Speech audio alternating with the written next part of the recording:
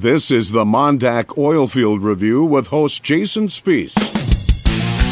My name is Jason Spees, and this is the MonDak OilField Review, heard in the Crude Life Media Network. On today's episode, we talk with Curtis Shuck, Executive Director for the Great Northern Corridor Coalition. The railroad has been a very important part of the energy ecosystem, and Shuck oversees not only the Bakken, but the surrounding area. In just a moment, Curtis Shuck, Executive Director for the Great Northern Corridor Coalition, right here on the MonDak OilField Review. Jason Spees, the most trusted voice in the Bakken. Let's bring in Jason Spees, who is a multimedia journalist in North Dakota. Jason, what's your thought on this? My dad always listens to Jason Spees. No one does an interview like Jason Spees.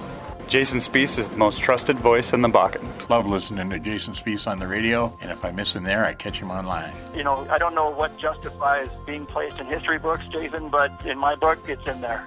This is a good thing. Is your boss watching this? You need a raise. Welcome back to the MonDak OilField Review, heard in the Crude Life Media Network. My name is Jason Spees. Up next, Curtis Shuck, Executive Director for the Great Northern Corridor Coalition.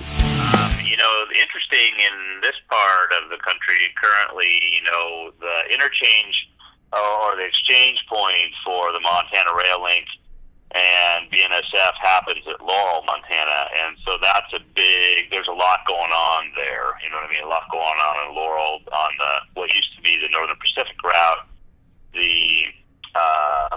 that ran on the southern, through Bismarck and obviously started in the Fargo area and rolled through, the southern portion of Montana.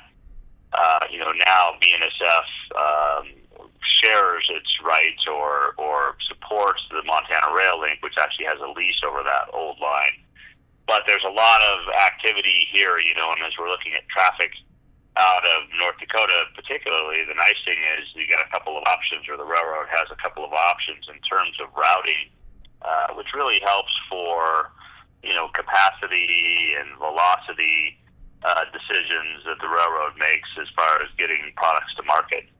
So what our primary mission is to help to create, this public-private partnership and really focus funding on certain projects that benefit the entire corridor. And as you mentioned, 8 states and 162 counties, that can be dicey in terms of trying to get everybody on the same page as far as, a list of priority projects and then the discussion about how we're going to approach funding.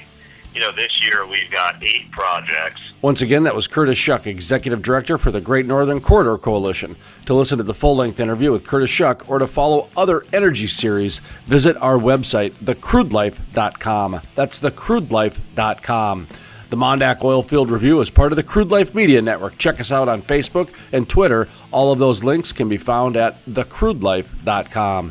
From the staff of the MonDak OilField Review, my name is Jason Spees, asking you to be happy, be safe, and keep it turning to the right.